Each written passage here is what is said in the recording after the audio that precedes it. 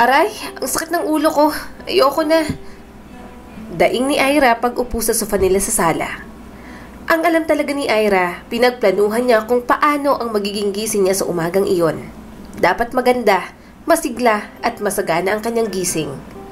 Sino ba namang hindi sisiglahin? Nakatanggap si Ira ng 18,000 mula sa 18 blue bills niya. Yun dapat ang pinaka-highlight sa kanyang araw at hindi ang hangover. Ayan ang napapala ng lasinggera. Wala pang isang araw na 18, laklak agad. Sermon sa kanya ni Anika, ang panganay na kapatid, habang nagsusuot ng sapatos.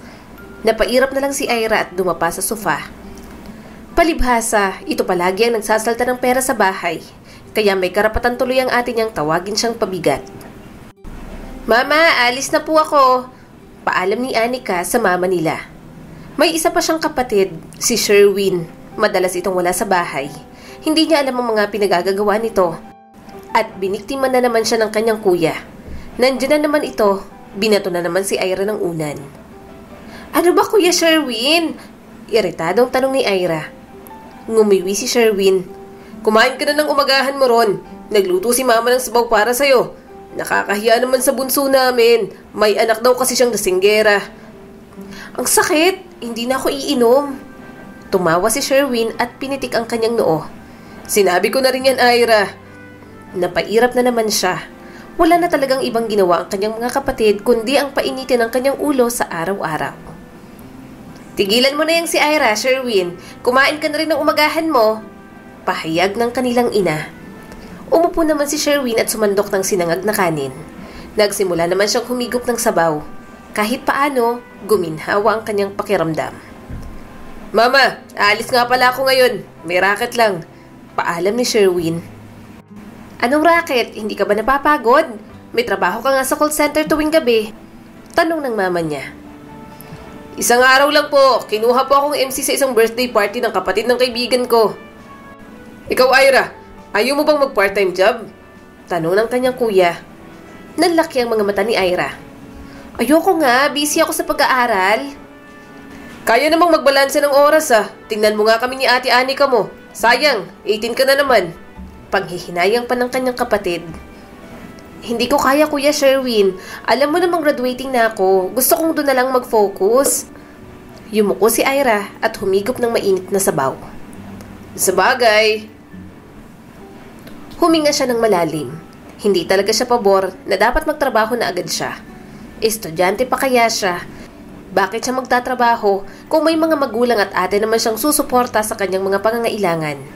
Kapag may hinihingi naman siya, binibigay agad ng mga ito. Pero sa college, try mo. Masiyang kumita ng pera. Siyempre, hindi naman habang buhay na hihingi tayo kina mama at papa ng pera. Dapat marunong ka ng diskarte. Pahabol pa ni Sherwin. Tumangon na lang si Ira. Hahaba pang usapan kapag sinabi niya ang kanyang opinyon. Ang kuya pa naman niyang klase ng taong hindi magpapatalo sa diskusyon. Ira, masakit ng balakang ko. Ikaw nang magdala ng inarkilan nating gown mo. May penalty yon. Kailangang maibalik agad. Bakit ako? Reklamo ni Ira sa utos ng kanyang ina.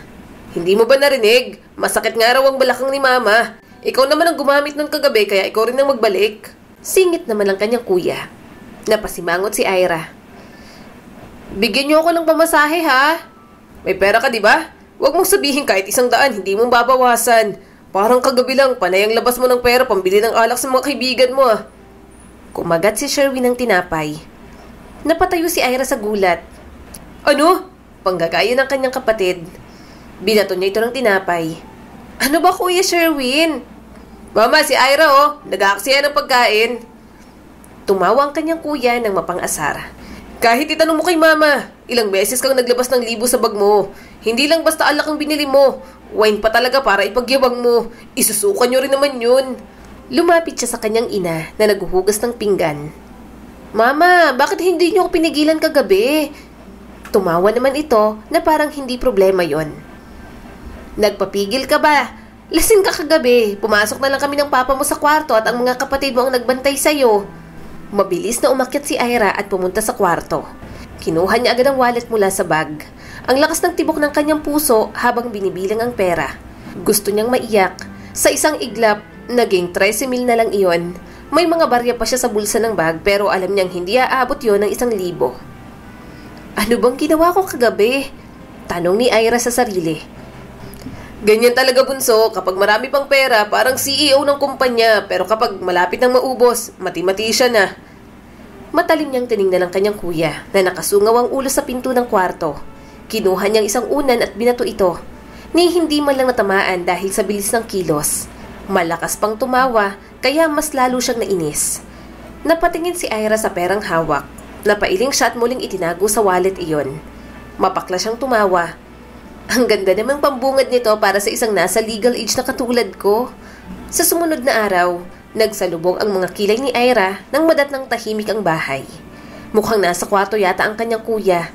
Dumiretso na lang muna siya sa kwarto at nagbihis ng pangbahay. Muli siyang bumaba at pumunta sa kusina para kumain. Pagkatapos kumain, hinanda na ni Ira sa sala ang mga kailangan ng kaklase niya dahil parating na mamaya ang mga ito. Muli siyang umakyat para pumunta sa kwarto ng kanyang kapatid. Hihiramin niya muna ang laptop nito. Walang katok-katok na binuksan ni Ira ang pinto. Kuya, pahiram ako! Natigilan siya nang makitang nakapatong si Sherwin kay Eunice, girlfriend nito sa ibabaw ng kama. Mabuti na lang may kumot, pero hindi siya inosente para hindi malaman ang ginagawa ng mga ito. Ira! Sigaw ni Sherwin. Bago siya nito mabato ng unan, agad niyang sinarado ang pinto. Isusumbong kita kay mama, Kuya Sherwin. Mabilis siyang bumaba sa sala. Ano ba namang nasa utak ng kuya niyang magaling? Tama nga ang kasabihan, kapag wala ang pusa, naglalaro ang mga daga. Hoy, Ira! Sigaw ng kapatid niya. Naiiritang tiningala niya ito pababa ng hagdan. Kuya, tanghaling tapat, walang patawad. Bakit dito? Lagot ka kay mama. Sinuot nito ang shirt at mabilis na lumapit sa kanya. Shh! Huwag ka magsusumbong. Bakit ka ba pumasok bigla?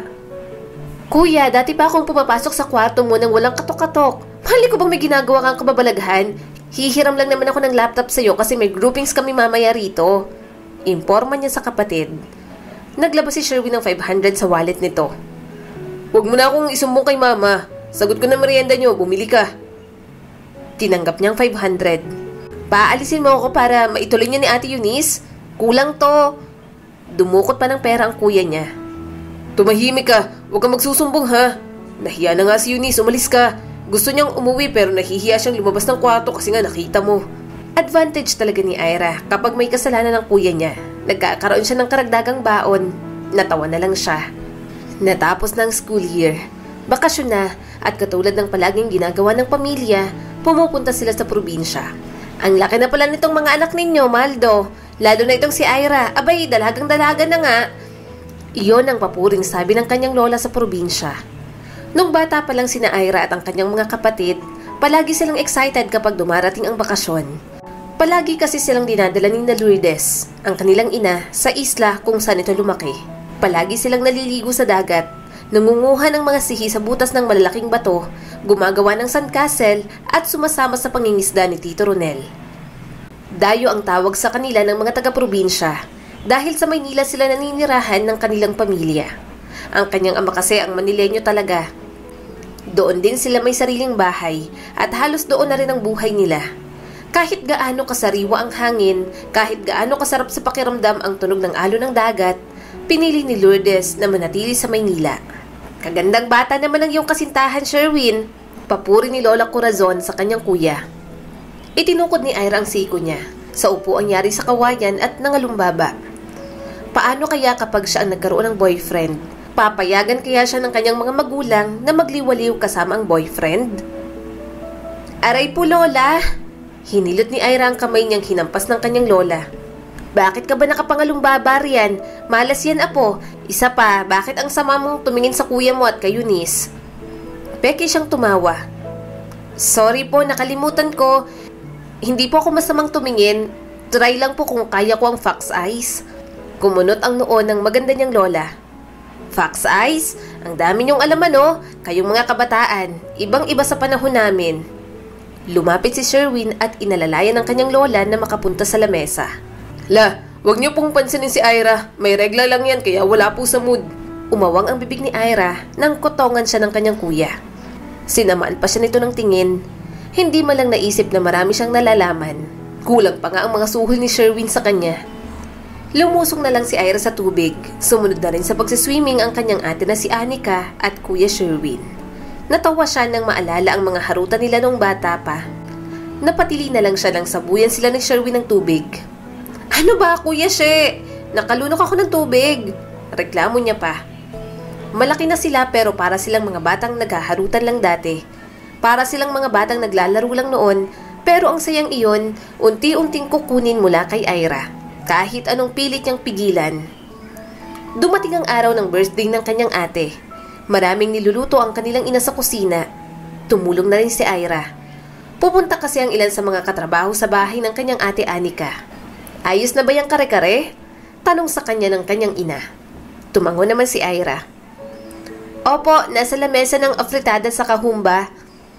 Pagkatapos ni Ira magluto, naligo na siya't nagbihis. Pagbaba niya, saktong dumating ang mga bisita ni Anika. Magiliw namang tinanggap ng pamilya nilang mga bisita. Napairap si Ira kay Sherwin na inakbayan pang isang lalaking katrabaho ng kanilang ate. Tumingin siya kay Anika. Ang lawak ng ngiti nito habang inaalok ng pagkain ang mga bisita. "Anika, para sa'yo." Inabot ng isang lalaki ang paper bag. Nagkatinginan sila ng kanyang ina nang sumigaw ang mga katrabaho ni Anika. Namula naman ang kanyang ate habang sinasaway ng lalaki ang mga katrabaho nito. "Anong meron?" natatawang tanong ng kanyang papa. "Nanliligaw ka ba sa anak ko?" Napasinghap ang lalaki at biglang yumuko. "Opo sir, Iwan Gabriel po." Parang nataranta naman ang kanyang ate. "Papa, kailan mo pa nililigawan ng anak namin?" Nawiwiling tanong naman ni Lourdes. Istrikto ang mga magulang nila kapag wala pa sa tamang edad. Nasa edad na naman si Anika. Nasa kanyang kapatid na rin ang desisyon nito sa buhay. 3 months na po," sagot ng manliligaw ng kapatid niya. Sige po, kukuha lang po ako ng kaldereta sa kusina," palusot ni Anika. Natahimik naman ang mga katrabaho nito. Bakas ang pagtataka sa mukha ng kanyang mama, kaya sumunod ito sa kapatid niya. Sumunod na rin si Ira. Naabutan niya ang mga itong nag-aagawan ng sandok. "Anak, birthday mo ngayon. Lumabas ka na ron at mag-enjoy. Huwag mong iwan ng manliligaw mo ron," pahayag ni Lourdes. Huminga ng malalim si Anika at binitiwan ng sandok. "Wala sa isip ko ang mag-boyfriend, mama. Marami pa akong dapat gawin. Hindi pa tapos sa college sina Sherwin at Ira.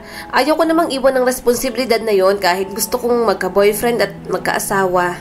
Napailing ang kanilang ina. "Hindi ko alam kung dapat ba naming sisihin ang mga sarili namin dahil masyado kaming naging mahigpit sa'yo noon." Tumawa naman ang kanyang ate Anika. "Ma, responsibilidad ko kayo. Ayoko magdagdag ng isa pang responsibilidad kung alam kong hindi ko pa kaya." Dumaan ang lungkot sa dibdib ni Ira. Naapektuhan siya sa sinabi ng kanyang ate. Breadwinner ito sa pamilya nila. Ngayon lang tumimo sa kanyang isipang pabigat lang talaga siya. Na sa lahat ng sinasabi sa kanya ng ate niya noon, may lamang pagod at sakripisyo mula rito. Kaya simula ng araw na yon, nag-isip na si Ira. Kailangan niyang maghanap ng trabaho. Hindi pwedeng iasa niya na lamang sa kanyang ate ang kanyang pag-aaral. "Kuya Sherwin!" Napasigaw si Ira nang hablutin ng kanyang kuya ang bagong print niyang resume. "Ano to?" Pinanliitan siya nito ng mga mata. "Bakit may resume ka, Ira?" Napairap naman siya at pilit na inabot ang resume. "San pa ba ginagamit yan? Di sa trabaho." Napangiti si Sherwin at marahang binigay sa kanya ang papel. "Aba, si Ira, naisipang magtrabaho. Anong nakain mo? Nagpaalam ka na ba kina mama at papa?" Umiling si Ira. "Gusto kong maghanap ng part-time job. Gusto kong may sariling pera para kapag sinuhulan mo ulit ako, makakatanggi na ako. Yung ginagawa niyo ni ate." Nanlaki ang mga mata ng kanyang kuya at tinakpan ng kanyang bibig. Mabilis namang tinanggal ni Ira yon. Natawa siya sa reaksyon nito. "Napakaingay mong babae ka." Lumabas na ito mula sa kwarto niya. Hangad ni Ira na kapag nagtrabaho na siya, maging okay na ang kanyang pakiramdam. Hanggang ngayon, kinakain pa rin siya ng kanyang konsensya. Ayaw niyang maging pabigat. Ayaw niyang isakripisyo ng kanyang ate ang kaligayahan nito para lang sa kanila. Nang matapos mag-asikaso, pumunta na siya sa lugar na gusto niyang pagtrabahuhan. "Ikaw ba si Ira?" Umayos agad siya ng tayo nang sumulpot sa harap niya ang manager. "Yes po, ako po." Tinanggap na rin naman agad si Ira dahil na-refer siya ng isang kaibigan. Tinuruan siyang mag-scan ng mga item sa counter. Masakit ang kanyang likod at balakang. Yumuyuko pa kasi siya para kuhanin mula sa kahon ang mga bagong stock na items. Nakakapagod sa part-time niya pero okay na rin iyon. Hindi niya gustong maging pabigat sa kanyang ate kaya paninindigan niya ang desisyong iyon. Nang matapos ang trabaho, umuwi na rin si Ira. May pasok pa siya bukas kaya kailangan niya pang magpahinga. Pagpasok niya sa garahe, nasapo niyang dibdib sa gulat. Nandun ang kanyang ate, nakaupo sa upuang kawayan doon. Basang-basa pa dahil sa ulan at patuloy sa pag-iyak. Mabilis siyang lumapit sa kanyang ate Anika. Ate? Mas lalo itong umiyak. Ira, masama ba akong tao? Gusto ko lang namang maging mabuting kapatid at anak ng pamilyang to. Alam kong napag-iiwanan na ako ng mga kasing edad ko pero hindi ko na talaga kaya. Gusto ko rin namang maging katulad nila pero natatakot ako. Marami pa akong dapat gawin. Parang sinasakal ang puso ni Ira. Ngayon niya lang nakausap ng gano'n ang kanyang nakatatandang kapatid. Bossy, seryoso at malakas ang loob ng kanyang ate, kaya hindi niya inasahang makikita niya ang kahinaan nito. Hinaplos ni Ira ang likod nito. Ate, okay naman ang pamilya natin. Huwag mong isiping utang na loob mo kina mama at papa kaya ka nasa ganyang posisyon ngayon. Ate Anika, hindi lang ikaw ang may responsibilidad sa atin. Lahat tayo, kaya huwag mong salohin. Napapikit si Anika. Pakiramdam ko, mali. Hindi ko alam. Ako ang unang nakatapos sa pag-aaral. Mataas ang pangarap ko para sa pamilyang to. Hinaplos ni Ira ang mga balikat nito. Ate Anika, kahit ngayon lang talikuran mo muna ang mga dapat mong gawin. Sundin mo naman ang gusto mo sa pagkakataong ito. Kaya naman namin eh. Kaya ko. Kakayanin ko ate. Nang magsimula siyang magtrabaho, malaki ang ibinagsak ng katawan ni Ira. Nakakatulog siya sa klase kaya talagang pinapagalitan na siya ng mga professor. Madalas na rin siyang nagkakasakit. Mama! Bakas ang pag-aalala sa mukha ni Lourdes. Masama pa bang pakiramdam mo? Dapat hindi ka na pumasok kanina. Bahagya siyang bumangon at sumandal sa headboard. Hindi na ganong masamang pakiramdam ko, Mama. Salamat po sa pag-aalaga. Huminga ito ng malalim. Inaabuso mo ang katawan mo, Ira. Hindi mo naman talaga kailangan magtrabaho, anak. Kaya pa naman namin ang papa mong pag-aralin kayo ni Sherwin. Nahihiya po kasi ako. Ako lang po yata ang tamad at immature sa magkakapatid. Matatanda na po kami, sina ate at kuya. Parehong independent na. Ako lang po ang hindi. Pero ma, hindi ko yata kaya maging working student. Wala akong matututuhan kasi lagi akong pagod at puyat. Pag-amin ni Ira. Marahang natawa ang kanyang ina. Huwag ka na munang magtrabaho. Hindi ka siguro sanay. Sige, bababa muna ako. Magluluto na ako para sa hapunan natin. Nagpahinga na lang siya muna ulit. Bumaba na lang siya nang sumapit ng hapunan. Nilalagnat ka, diba? Sigurado ka bang kaya mo nang pumasok bukas? Tanong sa kanya ni Anika. Tumango si Ira. Medyo masakit ang ulo ko pero go lang. Kailangan ko humabol sa mga lessons sa school tapos attendance na rin. Sinabi nga sa akin ni Ira, titigil muna raw siya sa part-time job niya. Tingnan nyo, nagkakasakit na. Sabi naman ni Lourdes. Ay sus, for sure, tinatamad lang yan si Ira. Mas malakas pa nga yun sa kalabaw. Sabat naman ng kanyang kuya Sherwin. Hindi na niya pinatulan ang pang-aasar ng kapatid. Masyado siyang maraming iniisip. Hindi ka naman namin pinipilit magtrabaho. Ang akin lang, mas magandang kumikita ka ng sarili mong pera para may panggastos ka sa sarili mo. Katwiran pa ng kanyang kuya. Mag-resign ka ng maayos kung buo ng desisyon mo. Business ethics, Ira. Paalala pa nito. Tumango na lamang siya. Kahit hindi mapanindigan ni Ira ang kanyang mga desisyon, may magaganda pa rin naman. Sa taong din iyon, sa wakas, nagdesisyon na rin magpakasal ang kanyang ate Anika. Ang ganda mo, ate Anika. Hindi napigilang sabi ni Ira. Napangiti naman ang kanyang kapatid. Siyempre, magandang jeans natin. Maganda ka rin, Ira. Ilang sandali pa, pumasok na sa silid ang kanilang ina. Kanina pa kita hinahanap. Bakit hindi ka pa nagpapaayos, Ira? Nandun sa kabilang mag-aayos sa atin. Mahina na lang siyang tumawa. Bongga ang kasal ng kanyang ate. May kaya rin naman kasi ang mapapangasawa nito. Tiningnan ni Ira ang kanyang kapatid. Hindi niya inasahang bubuo na ito ng pamilya. Nagigising na siyang walang ate Anika na pagsasabihan siya palagi. Simula sa araw na yon, hindi niya na makakasama sa bahay ang kanyang ate. Lumipas ang mga buwan, graduation day naman ng kanyang kuya ang naganap. Inaasahan ni Ira ang ate niyang mag-aasawa na, pero hindi niya naman inasahang ganun din ang gagawin ng kanyang kuya. "Ma!" usal ni Sherwin. Napalingon silang lahat kay Sherwin. Ang seryoso ng mukha nito. Tinanggal nito ang toga cap. Nabigla na lang si Ira nang tanggalin nito ang singsing sa kanyang daliri. Regalo sa kanya iyon ng mama niya. "Bakit mo kinuha ang singsing ko?" Kunot noong tanong ni Ira sa kapatid. "Ibabalik ko rin to kapag may kapalit na. May paggagamitan lang ako." Ikinayom ni Sherwin ang kamay kung nasaan ang singsing. Tumingin ito sa mga magulang nila. "Gusto ko pong pakasalan si Eunice." Umawang ang bibig ni Ira sa in-announce ng kanyang kapatid. Nasa loob pa sila ng arena kung saan idinaos ang graduation. May mga naglalabasan pang mga tao.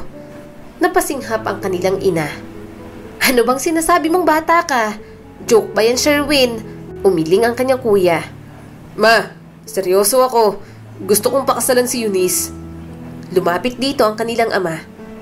"Teka anak, hindi ba parang nabibigla ka lang? Hindi sa ayaw kitang mag-asawa pero hindi ba parang masyadong maaga? Fresh graduates kayo pareho ni Eunice. Wala pa kayong napapatunayan." Napayuko si Sherwin. "Iniisip ko na rin po yan pero magsisikap ako para sa amin ni Eunice. Sorry po. Sa ngayon, gusto ko po munang bumuo ng pamilya kasama si Eunice." "Bakit mabiglaan ka, Kuya Sherwin? Takot kang hiwalayan ni ate, no?" Pangaasar ni Ira sa kapatid. Seryosong tumango ang kapatid niya. "Hindi ko siya pwedeng iwan lalo pat buntis na siya." "Ano?" Gulat na gulat niyang tanong. Alam ba ng mga magulang ni Eunice na buntis na siya? "Ano ba naman yan, anak? Kakagraduate niyo pa lang. Ni wala pa kayong napapatunayan." Nag-aalalang sabi ng kanilang ina. Tumango si Sherwin. "Nagalit po sila pero sinabi kong pakakasalan ko si Eunice. Naunahan mo pang ate Anika mong bigyan ako ng apo." Sabi ng kanilang ama. "Pero wag na wag mong pagsisisihan ang gagawin mo. Ngayong bubuo ka na ng pamilya. Asahan mo magkakaroon ka ng limitasyon sa maraming bagay." "Sige na, mag-propose ka na kay Eunice. Kanina pa siyang nakatingin sa'yo, oh." Saad ng kanyang ate Anika. Tumingin si Ira sa direksyon ng girlfriend ng kuya niya. Nakatingin nga ito sa kanila. Huminga ng malalim ang kanyang kapatid. Nanood lang sila kung papaanong lumuhod si Sherwin sa harap ni Eunice. Mangiyak-ngiyak pa. Ngiti-ngiti si Ira pero ang dami na namang tumakbo sa kanyang isip. Ang daming ganap sa buhay ng kanyang mga kapatid. Siya lang yata ang wala. Isang gabi, kauwi lang ni Ira sa bahay pero tahimik doon. May kanya-kanya ng mga pamilya ang kanyang mga kapatid. Medyo naninibago pa rin siya sa pag-iisa na tanging mga magulang niya lang ang kasama niya. "Ira!" Kumunot ang noo niya nang marinig ang tawag ni Lourdes. Nagmamadali itong bumaba ng hagdan. "Bakit po? Ano pong nangyari?" Nagtatakang tanong ni Ira. "Na-stroke ang papa mo. Tumawag ka ng tricycle driver. Kailangan natin siyang dalhin sa ospital." Nagmamadali siyang lumabas. Sobrang nakakabiglang pangyayari. Natagpuan niya na lang ang kanyang sariling nasa ospital. Umiiyak ang kanyang mama. Wala naman siyang ibang ginawa kundi pag-aanin ang loob nito. Parang kinukurot ang puso ni Ira. Siya ang mag-aalaga kay Maldo. Hindi nito maikilos ang mga binti at mga kamay. Hindi rin ito makapagsalita. Halos 2 linggo rin itong namalagi sa ospital.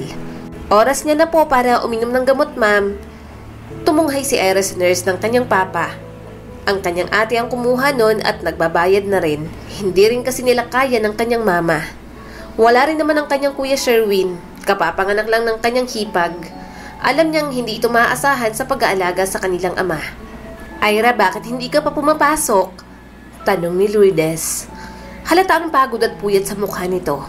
Hindi alam ni Ira kung anong dapat niyang maramdaman pero sa isang iglap, parang nawala ng sigla at kulay ang kanyang buhay. Hindi naman nawala ang kanyang pamilya. Nasa paligid lamang ang mga ito pero hindi niya maramdaman. "Papasok na po ako. Pinapakain ko lang po si Papa." Sagot naman ni Ira. Hinaplos ni Lourdes ang kanyang buhok. "May nurse naman ang papa mo. Kumusta ka na ang pag-aaral mo? Ayos ka lang ba? Hindi ko na naaasikaso ang bunso ko." Tipid siyang umiti. "Okay lang po ako, Mama. Sige po, aalis na po ako." Paglabas ni Ira, nakita niya ang bill ng kuryente. Nakaipit iyon sa gate nila. Umawang ang bibig niya nang makita ang kuryente.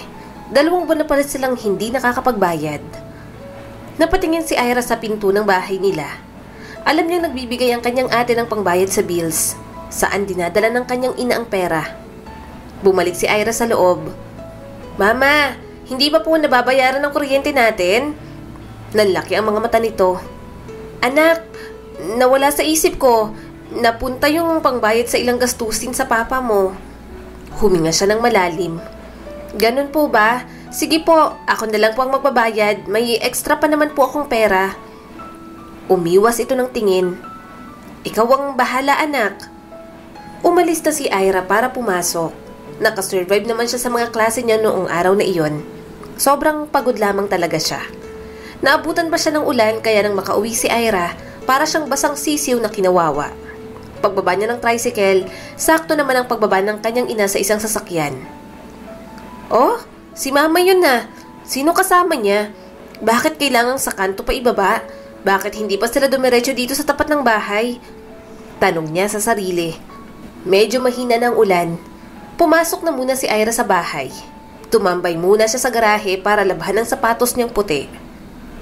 Nandyan ka na pala, anak. Medyo nagulat pang sabi ng kanyang nanay na si Lourdes. Kumunot ang noo ni Ira. San ka po nagpunta? Sino kasama mo, ma? Gabi na. Napanunok naman ito. Nakita mo?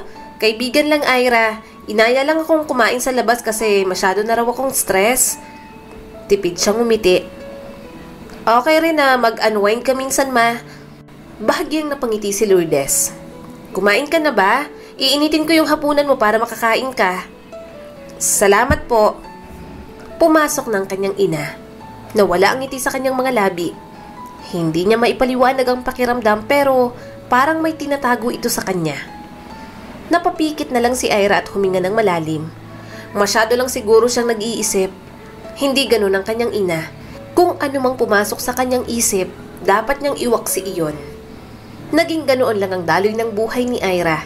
Hanggang sa ibalita ng kanyang kapatid na si Anika na buntis ito. Papa, narinig mo yun? Magkakaanak na kami ni Yuhan. Lumuhod si Anika sa harap ng kanilang ama. Napangiti si Ira nang umungot naman ito. Kahit ganoon ang kalagayan ni Maldo, ramdam ni Ira ang kasiyahan nito. Kung maayos lang ang kalagayan ng kanilang ama, baka ipaghanda pa nito ang pagbubuntis ng kanyang ate. Masaya ako sa iyo, anak.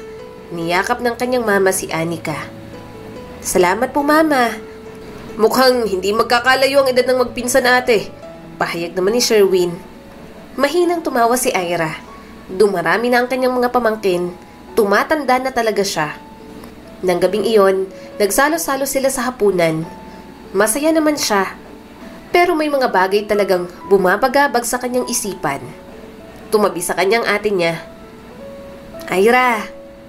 Oh, ate Anika. Hinawakan nito ang kanyang kamay. Kung may problema ka, huwag kang mag-atubiling tawagan ako, okay? Napangiti si Ira sa sinabi nito. Wala naman akong problema, ate. Pagod lang siguro ako sa pag-aaral. At syempre, malungkot na rin kasi wala na kayo ni kuya dito sa bahay. Nandito pa rin naman kami ni Sherwin, Ira. Kahit may sarili na kaming pamilya, pwede mo kaming sandalan. Sa kagabi na, anong ginagawa mo rito? Dapat natutulog ka na. Natawa na lang siya nang iabot nito ang baso ng gatas. Ikaw ang buntis. Bakit ako ang magagatas? Mahina rin itong tumawa. Kunin mo na. Kinuha ko ng gatas ng asawa ko kanina. Nakita ka niya rito kaya bumaba ako. Mukhang malalim daw ang iniisip mo. Naghahanap ulit ako ng part-time job, ate. Maraming gastusin. Alam ko namang may sarili na kayong buhay ni kuya. Nagsisimula na kayo ng mga bago ninyong pamilya. Kahit ito na lang ang ambag ko. Tinapik ni Anika ang hita niya. Ano naman, kapatid ko kayo ni Sherwin. Magulang ko sila. Gusto kong tumulong. Mahal ko kayo eh. Nahihiya na ako, ate. Napayo ko si Ira. Kinagat niyang pang ibabang labi. Ayokong hingi ng hingi. Gusto ko ring magbigay, ate. Kasi ganito ng edad ko. May responsibilidad din ako sa pamilyang to. Huminga ito ng malalim. Ira, nang maging kasing edad mo ko, ganyan din akong mag-isip. Pero na-realize ko, nandyan naman sina mama at papa. Inalalayan pa nila ako. Hindi pala ako nag-iisa. Kaya Ira, huwag mong isiping hingi ka lang ng hingi. Kaya nga ako nandito, ako naman ang aalalay sa'yo ngayong hindi na kaya ng mga magulang natin. Salamat, ate. Sambit ni Ira at niyakap ito. Maya-maya ay bumaba naman ng kanyang kuya. Bakit may yakap ang nangyayari dito? Kumawala sila ni Anika sa isa't isa. Ang walang hiya niyang kuya, naka-boxer pa talaga at topless. Halatang nakatulog na pero mukhang masama ang gising. Hindi ka pa natutulog, nasaan ang asawa mo? Sunod-sunod na tanong ni Anika kay Sherwin. Napairap ang kuya niya at naiiritang huminga ng malalim. Sinipa ako sa sarili kong kama ng asawa ko. Hindi ko sana papansinin. Ang himbing ng tulog ko, bigla akong tinadyakan. Natawa sila pareho ni Anika. Ano na naman ba kasing ginawa mo? Wala akong ginagawa, Ira. Naglilihi na naman ang buntis. Gusto ng ice cream na may mani. Mabuti sana kung kalabit ang ginawa sa akin kaso sinipa ako. Reklamo pa nito. Napailing si Anika at napahawak sa tiyan. Sana hindi ako ganyang magbuntis. Hindi mo sure. Pangasar pa ni Sherwin. Humiram ako ng susi ng sasakyan ni Kuya Yuan kanina. Tinakot ko. Toyohin ang babae kapag buntis. Kinabahan bigla ang asawa mo, ate. Sherwin? Sigaw ng ate nilang si Anika. Natawan na lang si Ira ng paghahampasin ng kanyang ate si Sherwin. Topless pa naman ang kanilang kapatid, kaya lahat ng hampas ni Anika may tunog. Na-miss niya talaga iyon. Kinabukasan, umalis na rin ang kanyang mga kapatid. Bumalik na naman sa dating katahimikan ng buong bahay. Kung hindi lang talaga siya pumapasok araw-araw, baka sobrang lungkot na ng buhay para kay Ira. Kinuha niya ang bag bago lumabas sa kwarto. Kumatok siya sa silid ng mga magulang niya pero ang kanyang ama at ang nurse lang nito ang naabutan niya. Good morning, Papa. Binati ni Ira ang ama. Humarap siya sa nurse at bumati rin. Good morning, Nurse Ja. Si Mama? Good morning, Ma'am. Bumaba ng mama mo. Sagot naman ito. Lumabas si Ira sa kwarto. Wala sa sala ang kanyang ina, kaya inasahan niyang nasa kusina pero wala rin ito roon. Kumunot ang noo niya nang makitang bukas ang front door. Paglabas niya, nasa gate ang mama niyang si Lourdes. Ira, Ma, anong ginagawa mo dyan? Nagtatakang tanong niya. Naghanap ng sasabihin si Lourdes. Nilagay ko lang yung basura sa labas. Pinaglapat ni Ira ang mga labi.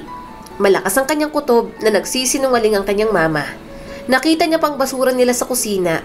Bukod doon, sa umaga lang dumara ng truck ng basura sa village. Gustong magtanong ni Ira kay Lourdes. Nais niya itong kumprontahin sa mga napapansin niya.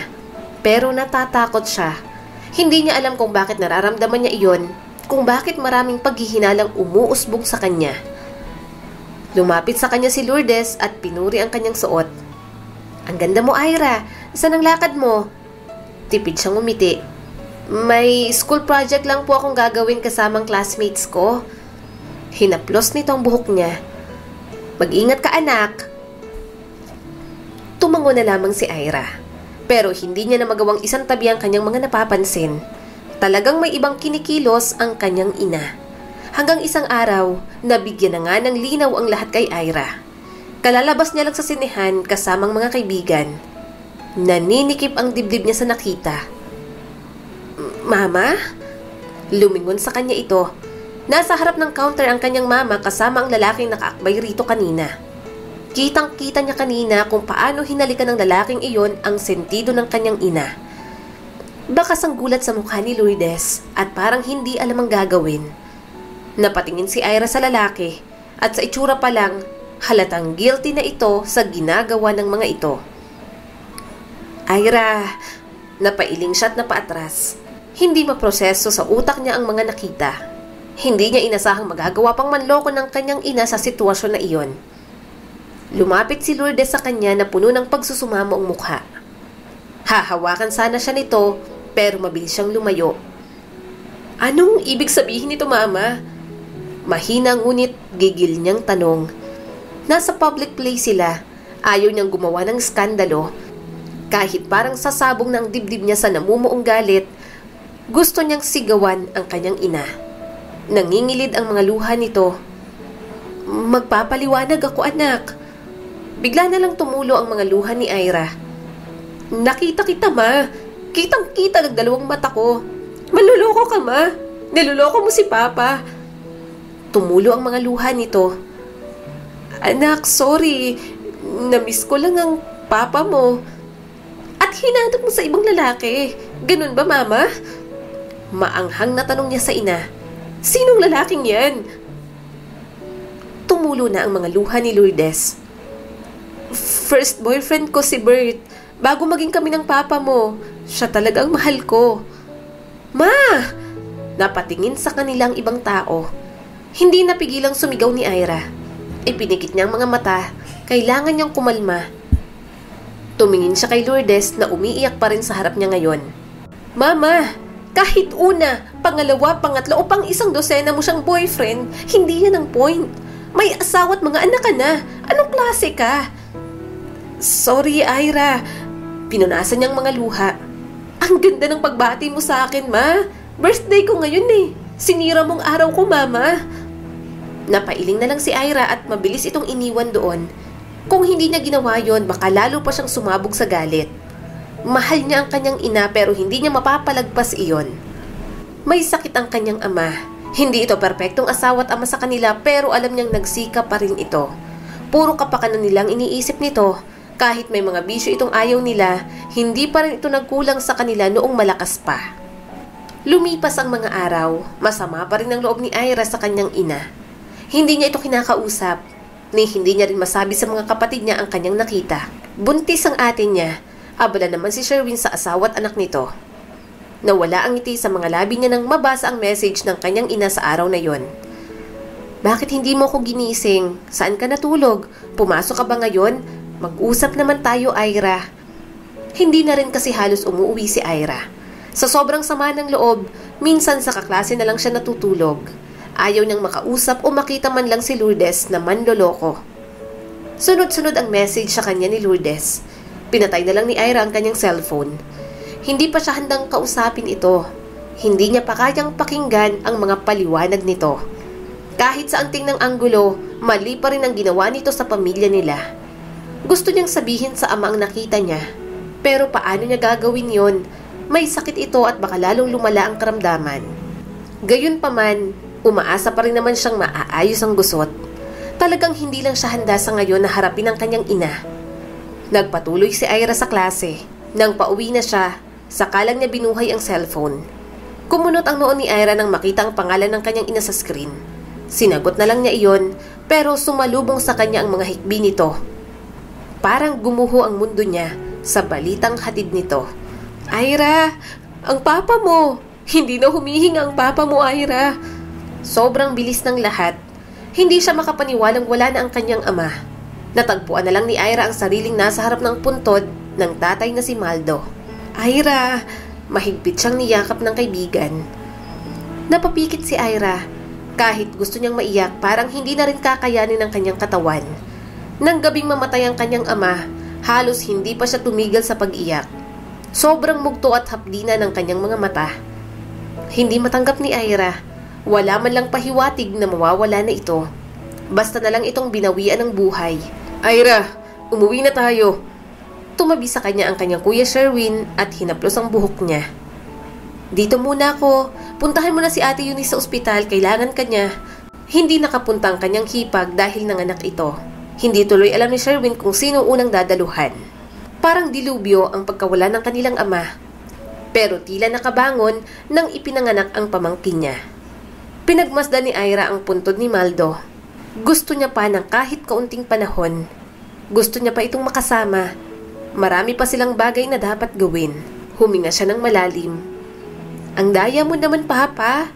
Hindi pa ako nakakagraduate. Hindi mo pa ako nakikitang magtrabaho. Dapat ikaw ang maghatid sa akin sa altar kapag gusto ko ng mag-asawa. Ikaw dapat ang maging unang kalaro ng mga apo mo sa akin. Bakit ang bilis mo mang iwan, Papa? Hindi alam ni Ira kung bakit hindi niya magawang umalis. Sinabi niya sa mga itong iwan na siya roon, pero ramdam niya ang pag-aalala ng mga ito sa kanya. Ira, umuwi na tayo. Kumain ka. Ilang araw ka nang hindi kumakain. Pahayag ng kanyang ate. Wala akong gana, Ate Anika. Iwan niyo na lang ako, please. Hayaan niyo muna akong magluksa. Hindi dapat ganito. Dapat kasama natin si Papa. Nagmamakaawa ng boses niya. Anak, please, umuwi na tayo. Umiiyak ang kanyang ina at niyakap siya mula sa likuran. Huwag kang maging ganito. Nalulungkot din ako sa pagkawala ng papa ninyo. Talaga, Ma? Nalulungkot ka? Baka naman masaya ka kasi namatay na si Papa nang hindi nalalaman ng panloloko mo. Suminghap si Ira nang may tumulong luha sa kanyang mga pisngi. Akala ko, ubos ng luha ko. Akala ko, naibigay ko na lahat sa pagkamatay ni Papa. Akala ko manhid na ako sa lahat ng sakit na sunod-sunod na bumagsak sa akin. Pero hindi pa pala. Nandyan ka pa rin, Mama. Anak, nang hihinang usal ni Lourdes, kumala si Ira sa yakap nito. Huwag kang plastic, Mama. Ira! Sigaw ng kanyang mga kapatid. Tumingin si Ira sa mga ito. Umawang ang bibig niya nang makita ang galit sa mukha ng mga kapatid. Palibhasa, hindi niyo alam. Palibhasa, bumuo na kayo ng sarili niyong mga pamilya kaya kahit may kalokohan na si Mama, okay lang. Anong pinagsasasabi mo? Bakit mo sinasagot si Mama ng ganyan? Bastos ka! Pinagtaasan siya ng boses ni Anika. Hinawakan siya ni Sherwin sa mga braso niya. Anong nangyayari sa'yo? Ano bang problema, Ira? Sherwin, bitiwan mo si Ira. Naiiyak na saway ng kanilang ina. Bariin siyang tiningnan ng kanyang kuya bago bumalik ang tingin sa kanilang ina. Ma, hindi. Walang galang si Ira sa'yo. Hindi pwedeng sagutin kanya ng ganito. Kumawala siya rito at dinuro ang kanyang ina. Bakit hindi mo sabihin sa kanilang nakita ko, Mama? Bakit tahimik ka dyan? Ano bang sinasabi mo? Pwede ba, Ira, diretsohin mo na lang kami? Napahilot na sa sentido si Anika, kaya inalalayan agad ito ng asawa. Nakita ng dalawang mga mata ko. May lalaki si Mama. May kabit siya. Bigla na lang napahagulhol si Lourdes. Umiyak ito sa harap ng kanyang mga kapatid. Anak, sorry. Magpapaliwanag ako. Isang beses lang yun. Lumayo naman ako. Hindi na talaga ako umulit. Mapilit lang talaga siya. Ititigil ko na dapat pero nakita ko ni Ira. Paliwanag pa nito. Umawang ang bibig niya sa paliwanag nito. Ang galing mong magpalusot, Mama. Galingan mo pa. Hindi ako maniniwala sa'yo. Niloko mo si Papa. Naghanap ka ng ibang lalaki para punan ng pagkukulang ng Papa namin. Yun ang sinabi mo, hindi ba? Ma, bakit mo nagawa yun? Napahila mo si Sherwin sa mukha. Sorry. Bahagyang napayuko ang kanilang ina. Nilapitan si Ira ni Lourdes pero umatras siya. Baka namatay si Papa dahil sa'yo. Kasalanan mo. Niloko mo si Papa. Ano, Mama? Ang tanda-tanda mo na pero nakuha mo pang lumandi.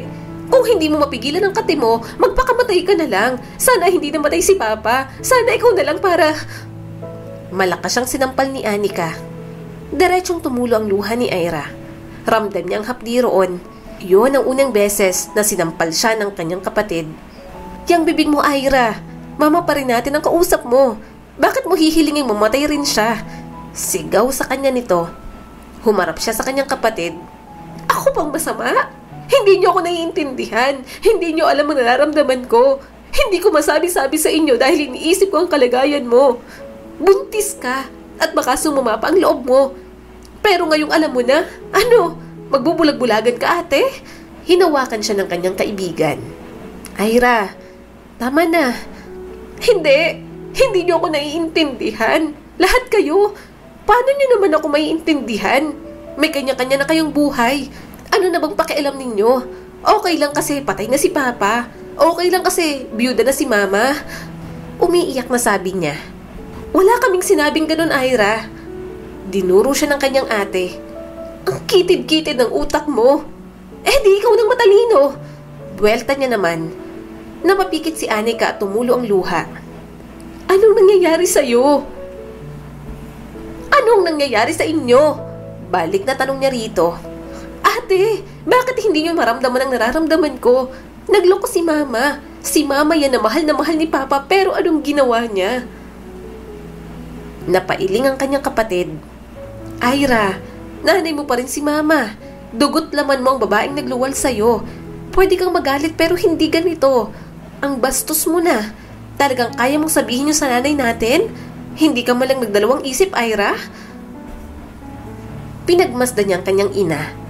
Punong-puno ng luha ang mukha nito. Suminghap si Ira at tinalikuran ng kanyang pamilya. Wala siyang pakialam kahit tinawag siya ng mga ito ng paulit-ulit. Nang makauwi, nagkulong si Ira sa kwarto. Nakatulugan niya na lang ang labis na pag-iyak. Gabi na nang siya'y magising. Mabigat ang pakiramdam ni Ira. Mabigat ang pakiramdam ni Ira. Hindi man lang siya nakapagpalit ng damit. Madilim pa sa kanyang kwarto. Dahan-dahan siyang bumangon nang marinig niya ang boses ng kanyang ate Anika sa labas. Nadatnan niya ang mga ito sa kwarto ng mga magulang nila. Tinutulungan itong mag-impake ang kanilang ina ng mga gamit. Anika, ayaw kong iwan ng kapatid mo rito, mahinang sabi ni Lourdes. Umupo si Anika sa kama at hinawakan ang kamay ng kanilang ina. Nag-aalala ko sa'yo. Babalik ka rin naman dito. Pahupain muna natin ang galit ni Ira sa'yo. Napayuko ito. Galit ka rin ba sa akin, Anika? Tumango ang kanyang ate. Oo, mama. Galit din ako sa nalaman ko pero nangyari na. Matanda ka na. Ayaw kong pati ikaw ay mawala. Mahigpit na niyakap ng kanyang ina si Anika. Mari namang pumikit si Ira. Tumulo na naman ang kanyang mga luha. Kailan ba matatapos ang sakit na kanyang nararamdaman? Iiwan siya ng kanyang ina. Hahayaan siya ng pamilya niyang mag-isa sa bahay na iyon. Walang may gustong manatili sa kanya. Mabuti nga siguro kung umalis ka na, mama. Wala kang karapatang tumira sa bahay na pinaghirapan ni papa. Natigilan ng mga ito. Napatakip sa bibig nito ang kanilang ina. Anak naman. Humarap sa kanya si Anika at galit siyang nilapitan. Sumusobra ka na, Ira. Kukunin ko siya rito dahil baka mamatay pa siya sa sama ng loob dahil sa'yo. Kumuyom ang kamao ni Ira. Kahit wag mo nang ibalik, hindi ko siya kailangan sa buhay. Isa pa, sa pamilyang to, ikaw naman palagi ang magaling. Ako na lang palagi ang pabigat. Wala akong sinabing ganyan. Sigaw sa kanya nito. Lumapit na sa kanila si Lourdes at pinapahinahon si Anika. Hindi naman magpaawat ang kapatid niya. Dinuro pa siya nito ng paulit-ulit. Ang kitid-kitid ng utak mo, Ira. Oo, napapagod ako. Napapagod ako sa mga responsibilidad sa pamilyang to pero kahit kailan, hindi ako nanumbat. Tahimik lang si Ira habang umiiyak. Ayaw niya nang magsalita. Pagod na talaga siya. Tumulo ang mga luha ni Anika. Mahal ko kayo eh. Kaya lahat ng magagawa ko binibigay ko sa inyo ng buong buo. Anak, huwag kayong mag-aaway. Napaluhod na ang kanilang ina. Pinunasan ni Ira ang mga luha at matapang na tumingin sa kanyang ate. Simula ngayon, wala ka ng responsibilidad sa pamilyang to. Wala na, Ate Anika. Matagal nang sira ang pamilyang to. Kanya-kanya na lang tayo. Sige. Gigil na gigil ito sa kanya. Kaya mo? Kaya mong mag-isa? Kukunin ko si mama. Bahala ka na sa buhay mo. Huwag ka nang mag-aral. Hindi ko na babayaran ng tuition fee mo. Mabuhay kang mag-isa. Total, kaya mo naman eh. Maarte ka, di ba? Mataas ang pride mo. Anika. Suway ng kanilang ina, pero hindi ito nakinig. Lumapit si Lourdes kay Ira. Niyakap siya nito. Sorry, Ira. Walang ibig sabihin ng sinabi ng ate mo. Galit lang siya. Hindi ka matitiis ng kapatid mo. Umalis ka na. Mas lalo itong umiyak. Mahal na mahal kita, anak. Umiwas si Ira ng tingin. Nang matapos mag-impake si Anika, mabilis nitong hinila ang kanilang mama pababa. Halata kay Lourdes na ayaw siya nitong iwanan. Pero ano bang magagawa nito? Ayaw niya itong makita.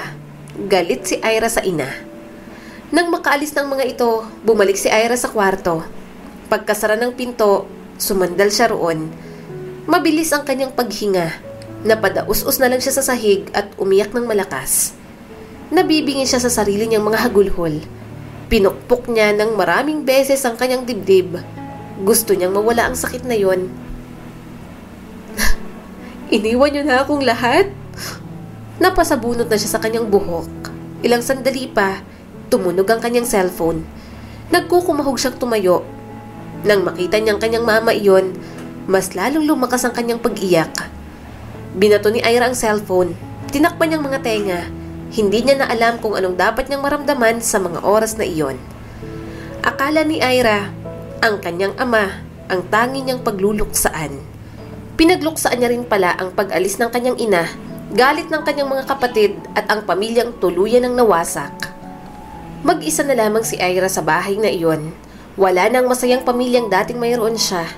Pakiramdam niya, wala na siyang masasandalan pa. Gayunpaman, kahit galit sa kanya si Anika, hindi naman siya matiis ni Sherwin. Dumadalaw ito sa kanya kapag may oras ito. Sige na Ira, kargahin mo na. Pag-uudyok pa ng kanyang kuya. Mabilis siyang umiling. Panay ang alok sa kanya ni Sherwin na buhati ng kanyang pamangkin. Tumatawa lang ang hipag niya. 2 buwan pa lang kasi ang bata kaya takot na takot siya. Kuya, hindi ako marunong kumarga ng bata. Baka mapano pa si baby sa mga bisig ko. Nag-aalalang sabi niya rito. Napairap si Sherwin. Nagpatuloy ito sa pag-aayos ng pinamiling pagkain sa refrigerator. Pati cabinet sa kusina, pinuno ng pagkain. Hindi naman ito kailangang gawin iyon. Nakaka-survive naman siya sa loob ng 2 buwan na wala ang kanyang ina. Palaging nangungumusta sa kanya si Lourdes pero malamig pa rin ang pakikitungo niya rito. Hindi tinutuon ng kanyang ate ang banta nito sa kanya. Nagpapadala pa rin ito ng pera sa bank account niya para sa tuition fee. Pero hindi niya ginastos iyon. Mataas ang kanyang pride. Hindi niya gagalawin ang perang iyon. Ang cute talaga ng pamangkin ko. Napangiti si Ira at hinaplos ang pisngi ng baby. Gagawin ka naming tita ninang Ira. Tumunghay siya rito. Talaga? Sige ba? Kaya lang, hindi mahal ang regalo ko sa cute kong pamangkin ha. Bawi na lang ako kapag career woman na ako. Tumangot-tango naman ito. Salamat. Tumayo siya at lumapit kay Sherwin. Kuya, ang dami naman yan. Lagi rin naman akong wala rito. Alam mo namang may trabaho pa ako sa call center, di ba? Okay na tong marami. Nag-aalala ako sa'yo.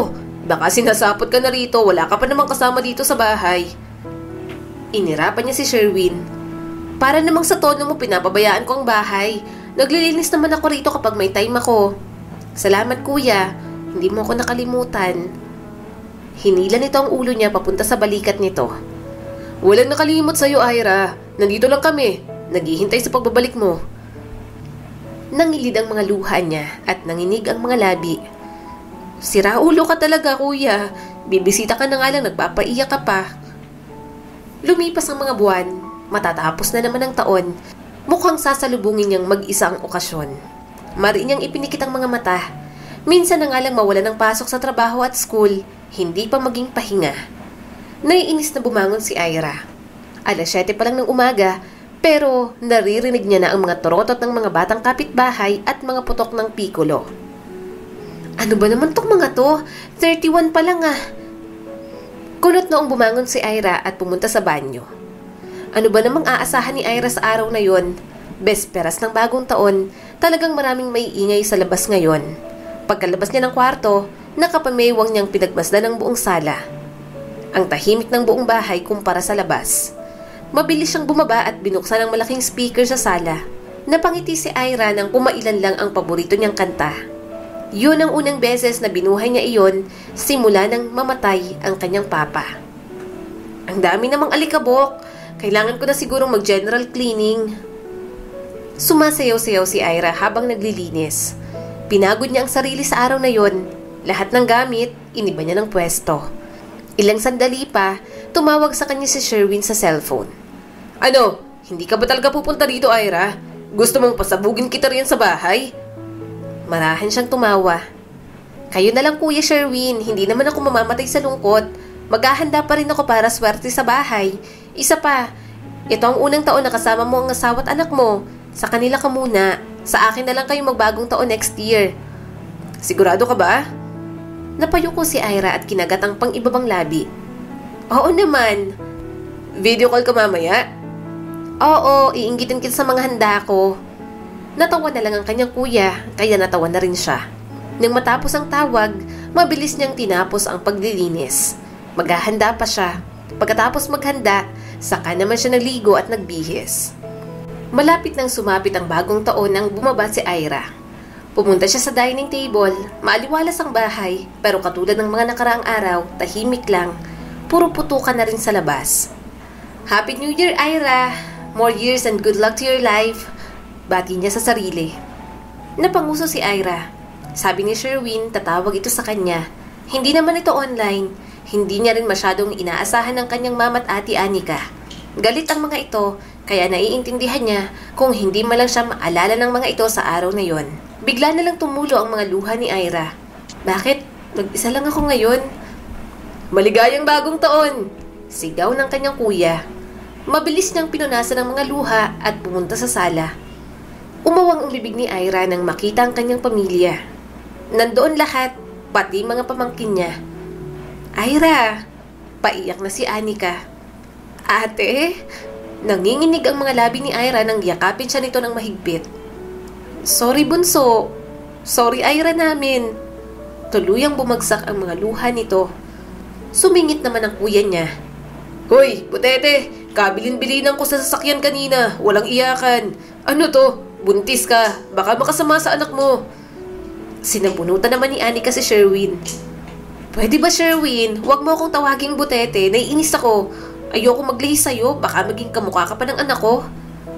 Napangiti si Ira habang nagtatalo ang mga kapatid niya. Nagtagpo ang mga mata nila ni Lourdes. Nag-aalinlangan pa itong lumapit sa kanya. Pero nang tinawag niya ito, mabilis siya nitong niyakap. Ira, anak ko, miss na miss kita. Hinalikan ng kanyang mama ang kanyang noo. Masaya akong nandito po kayo. Hindi ko po inaasahang makakasama ko kayo sa bagong taon. Sa pagkakataong iyon, napagtanto ni Ira ang isang bagay. Dapat na siguro siyang magpatawad. Lumipas na ang lahat sa bagong taon na yon.